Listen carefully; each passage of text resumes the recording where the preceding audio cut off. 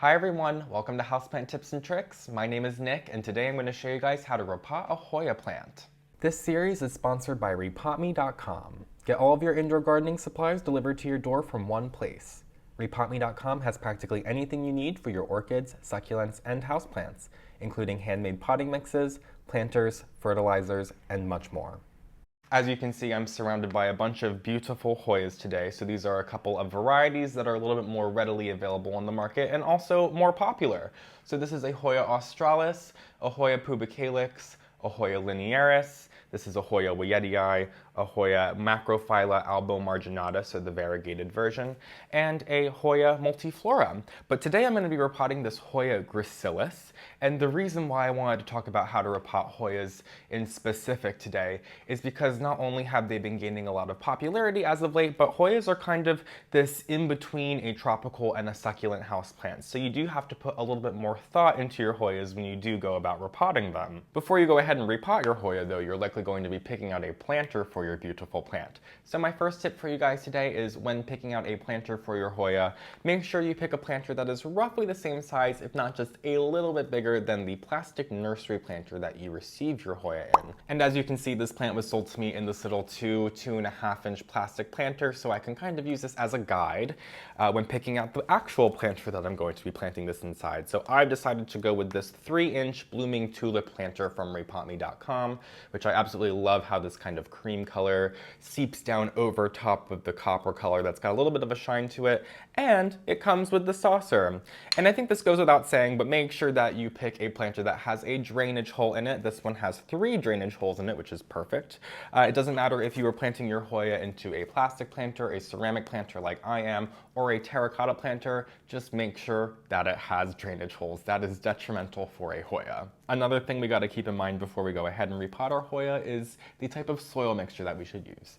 So one thing to consider is that the places that the big box stores and houseplant stores are buying in their Hoyas from are not necessarily specialty Hoya growers. They're just mass growers that grow all sorts of different plants, and pretty much all of their houseplants are going to be grown in just a standard peat-based mixture that's going to do fine when subject to the prime conditions that the greenhouses are offering. They can still grow to their fullest potential. However, when we are moving this plant into our home, which does not have those prime conditions, we're really going to want to use a mixture that's much more catered towards what a Hoya would like. And Hoyas in most cases are going to be epiphytes, meaning that they're not growing in the ground, so this peat-based mixture is not suited for this Hoya. So we're going to make our own mixture that's going to be much more geared towards Hoyas. So we're going to use a much more lighter, airy soil that has some bark in it and some other things for these roots to grab onto. They're really going to appreciate it. So let's go ahead and make a little soil mixture. So as I kind of mentioned at the beginning of this video, Hoyas are this sort of lovely cross between a succulent houseplant and a tropical houseplant. So in order to make this soil mixture today, we are simply going to be adding in roughly equal parts a mixture that's more geared towards succulents with a mixture that's more geared towards tropical plants. And combined, there's going to be everything that a Hoya could possibly need to grow to its fullest potential.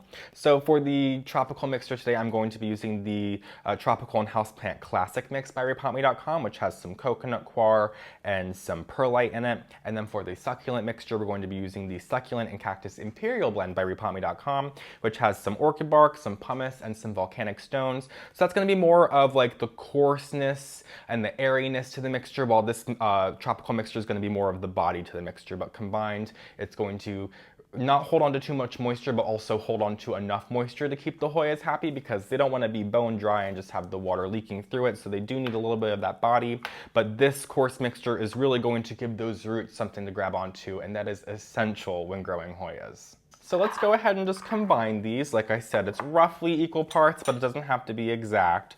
So I'm just going to use like a spoonful or 2 of this mixture right here, with a spoonful or 2 of this mixture right here.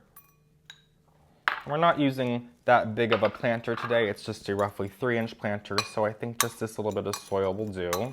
And I will say that my houseplants have really been responding so much better to growing in a coconut coir-based mixture than they ever have growing in a peat-based mixture. So ever since I switched to using Repot products, my houseplants have truly been over the moon. But if I haven't made it clear enough already, I would say my second tip is to most certainly use a nice coarse mixture when repotting your Hoyas. You will absolutely not regret it.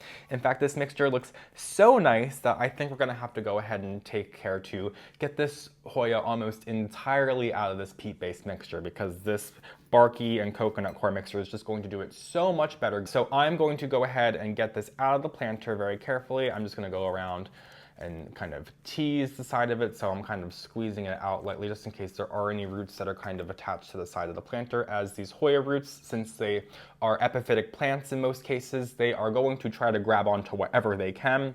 And I'm just gonna go ahead and down. I have a little receptacle on my lap here. I am just going to kind of massage the plant through the soil through my fingers very carefully, and just get rid of as much of the soil as I can. And I would say also, a very important tip is to make sure that you repot your plants when they're on the drier side. Repotting your plants when it's wet soil is usually a bad idea. It's going to cause more problems than it will good. However, I totally understand if maybe your plant is overwatered and it's a root rot situation and it's a rescue mission, by all means, do it. But if you want to do the very best you can and you're just repotting your plant when it's time to repot your plant, or if you're taking it out of its nursery planter, do make sure your soil's on the drier side. You'll be better safe than sorry. So you can see here now I have most of the soil gone. There's a little bit of like perlite and stuff that's attached to the roots, but that's totally fine because that's already in our mixture here. We'll just place our Hoya down very carefully. And if you did perhaps purchase your Hoya from a specialty grower that does have a much more appropriate soil mixture, you don't really have to go the extra mile and take all the soil off. But like I said, I really just don't want my Hoya here sitting in a peat-based mixture. So I'm just gonna add a couple of spoonfuls in here. And then we'll go ahead and get our Hoya just nestled inside where we think we're gonna like it. So I think I'm gonna have my Hoya down probably about a ½ an inch into this planter so that there is still about a ½ an inch of lip coming up. And now that we have our soil in where we would like it to, like I said, I left about a ½ an inch of a lip inside this planter here. We're just going to very carefully just kind of push down around the perimeter of inside the planter where the soil is, just to make sure that all of the kind of cracks and crevices that could have perhaps, or air pockets that are inside the soil are kind of filling in. But we're not going to push down too hard because we're not trying to like pack this plant in there roughly. We just want it to be in there enough that it's not gonna fall out. But as I was saying, Hoyas do really appreciate a nice airy mixture. So we're going to be careful not to just kind of crush this plant in there.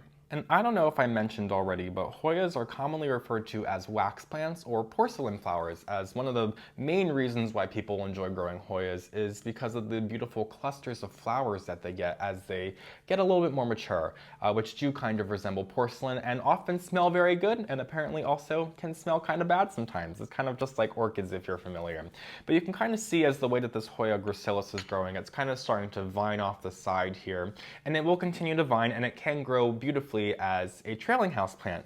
And you can kind of see here on my Hoya macrophylla how it's kind of getting ahead of itself, and it has this leafless tendril here which over time might start to produce foliage. But you can also see on my Hoya australis right here that as it continued to grow very vigorously, the new growth starts to look for things to grab onto. So in my old apartment, I actually had it growing up, spiraling around like a string that I had hanging down from inside my windowsill. But since I moved out of my old apartment in here, I decided to put it on these 2 bamboo hoops that I just kind of intertwined with each other. And I just let the plant start to continue to grow in the way that it was growing before. And you can see how beautiful and full it looks over time. So whether you want to grow your Hoya like a trailing plant, like I have my Hoya linearis here, or you want to grow it up on some sort of trellis, the world is your oyster. And that's kind of what another reason why I think Hoyas are so exciting to grow. But anyway, now that we have our Hoya repotted here, we can go ahead and give it a little drink. Did not come prepared for this. I'm just gonna grab my glass of water that I have off camera here, and just pour a little bit in, just up to the rim. And I really don't need to go too wild with the watering because the soil mixture is very coarse. So yep, I'm sure there's some water in the tray down here because it really just went right through. So we'll just pour it right back in and let it go for round 2. Now that we have our Hoya nice and well watered, we can go ahead and place it in an area in our home where it will receive some nice bright indirect light. Some Hoyas can even take some direct sunlight very well, and they will sun stress beautifully and get some nice red rusty colors to their leaves. But if you're in doubt, I think starting it out in some bright indirect light is the perfect way to go. And we're gonna go ahead and let our plants dry out 100% before we go ahead and water them. But once they are completely dry, that's when we are going to go ahead and make sure to water them. As I've said multiple times, these plants are a kind of cross between a succulent and a tropical houseplant. So we're going to kind of treat them as both, where succulents really like to dry out, but tropicals also need to be watered. So as soon as these dry out, we are going to go ahead and water them. If we leave them dry for too long, that's when the roots can start to get some damage and the leaves might get a little puckered and some of them might not recover completely. However, if we do overwater the plant, you're going to notice some of your leaves turning yellow and fall off, and you might have some fungal issues here and there. So like I said, best to find this kind of happy medium where I think I'll be watering this plant in this small planter right here probably every 6 or 7 days, roughly once a week. But it will take some time before I get to know the exact routine that I have with this plant, and all the timing on that is variable to how coarse and well draining your soil is, as well as the type of planter that you're using, keeping in mind that ceramic and plastic planters are going to hold on to moisture while terracotta planters are going to wick out the moisture. So you'll definitely have to water a terracotta planter more often, and the light's going to come into play, how quickly your plant is photosynthesizing and how quickly that sun might be evaporating the soil out of the moisture or from your terracotta planter. There are so many things to keep in mind that I don't want to tell you an exact time frame to water your Hoyas, but roughly once a week for a plant this size. And I'd say my planters that are in these larger plants right here, I'm probably watering roughly every 8 to 10 days, keeping in mind they are in terracotta planters, so they do kind of wick out the moisture. But other than that, that's really all there is to it. Let your Hoyas sit in the same planter for a couple of years. They don't need to be repotted very often. They don't need to be fertilized very often. You can use a light fertilizer in the spring or summer, or you can even go ahead and use an orchid spray fertilizer and spray the foliage and stems directly. I've heard some very good things about that, so you're more than welcome to try that yourself. But otherwise, thank you guys so much for joining me. Thank you so much for Repotme.com for sponsoring today's video. I will leave a link to their site as well as all the products that I used in today's video in the description below. Otherwise, I will see you guys in my next video. Have a great day.